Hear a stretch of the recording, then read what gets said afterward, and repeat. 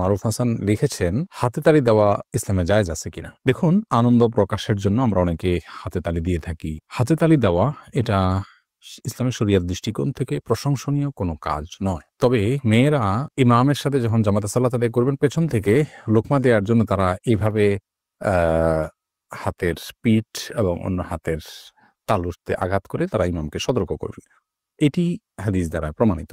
এর বাইরে সাধারণত যে হাতে তালি আমরা এভাবে দিয়ে থাকি অনেকে, এই হাতে তালিটা শরিয়া দৃষ্টিকোণ থেকে প্রশংসনীয় কোনো কাজ নয়। এর অন্যতম প্রধান কারণ হলো যে এটি অন্য ধর্মাবলম্বী মানুষদের সাথে আপনার সাদৃশ্য হয়। আর বিশেষ করে আরব জাহিলি যুগে আপনার মক্কার মুশরিকরা তারা বাইতুল্লাহর পাশে যে সালাত আদায় করতে এটা তারা সে সম্পর্কে বলেছেন।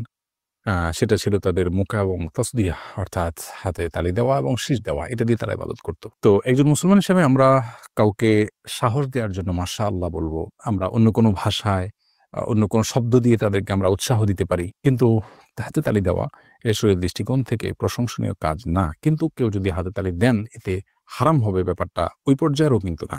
গুড থটস আইডি থেকে আপনি লিখেছেন, আমার বিয়েতে কাবিন রসুল হিসাবে যে স্বর্ণ দেওয়া হয়েছিল তা আমাকে আর দেয়নি আমার শাশুড়ি, এটা কি ঠিক হয়েছে সম্পর্কে বলবেন? অবশ্যই অন্যায় হয়েছে, জুলুম হয়েছে। আপনার শাশুড়ি আপনাকে যে মোহর বাবদ যে স্বর্ণ উসুল লিখার পরও সেটি দেননি, সেটি তিনি আত্মসাৎ করেছেন বলে বিবেচিত হবেন এবং গুনাহগার হবেন।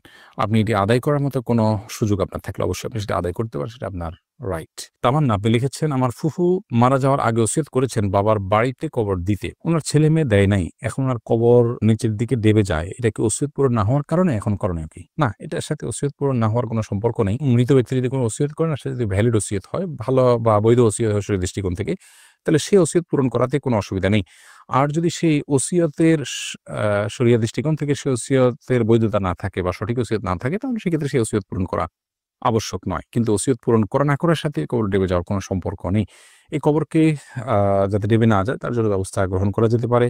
আর যদি এটা কবর ভেঙে নদী ইত্যাদিতে বিলীন হয়ে যাওয়ার আশঙ্কা থাকে, সেগুলো এটাকে স্থানান্তর করে কোনো কবরস্থানে নিয়ে দাফন করতে হবে। এরপরে ইসা রুহুল্লাহ আইডি থেকে আপনি লিখেছেন, আমার বয়স এখন ২৪, আমি মনে করি গুনাহ থেকে বেঁচে থাকার জন্য আমার এখন বিয়ে করা জরুরি, কিন্তু আর্থিক সঙ্গতি বা বাবা মায়ের আগ্রহ নেই, এখন আমার করণীয় কি?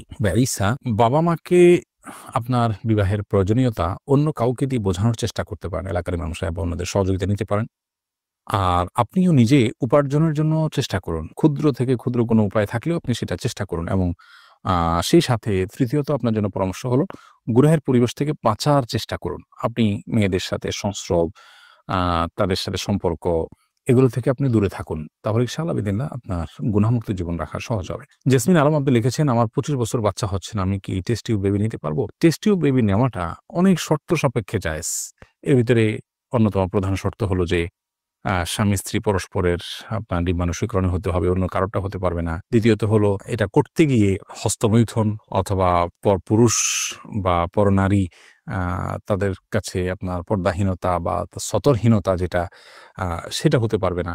এরকম বিভিন্ন শর্ত সাপেক্ষে যদি স্বামী-স্ত্রী পরস্পরের ডিম্বাণু শুক্রাণু সংগ্রহ করা যায় এবং টেস্ট টিউব বেবি নিতে চান, তাহলে সেক্ষেত্রে নিতে পারেন। অনেকগুলো শর্ত আছে এক্ষেত্রে। আরিয়ান খান নাহিদ আপনি লিখেছেন, আমাদের এলাকায় বলে কাক বেশি ডাকলে নাকি মানুষ মারা যায়। একথা কতটুকু সত্য? কাক বেশি ডাকলে মানুষ মারা যায় এরকম কোনো কথার কোনো ভিত্তি নাই। সম্পূর্ণ কুসংস্কারাচ্ছন্ন একটি বিশ্বাস, অনেক কুসংস্কারাচ্ছন্ন বিশ্বাস এখনো আমাদের সমাজের রন্ধ্রে রন্ধ্রে আছে। এগুলো আমাদেরকে দূর করতে হবে। মুসলমানের বিশ্বাস হতে হবে কোরআন এবং হাদিস ভিত্তিক, ওহী ভিত্তিক, কিংবা আপনার অভিজ্ঞতার আলোকে প্রমাণিত। নিছক লোকের মুখে শোনা এবং ধারণাভিত্তিক কথা, এটাকে বিশ্বাস করবে না মুসলমান। যদি করেন তাহলে সেটা তার ঈমানের ঘাটতি এবং ঈমানের দুর্বলতা, ইসলাম সম্পর্কে অজ্ঞানতার প্রমাণ হবে এবং সেটা কোনো ক্ষেত্রে শিরকে পর্যবসিত হতে পারে।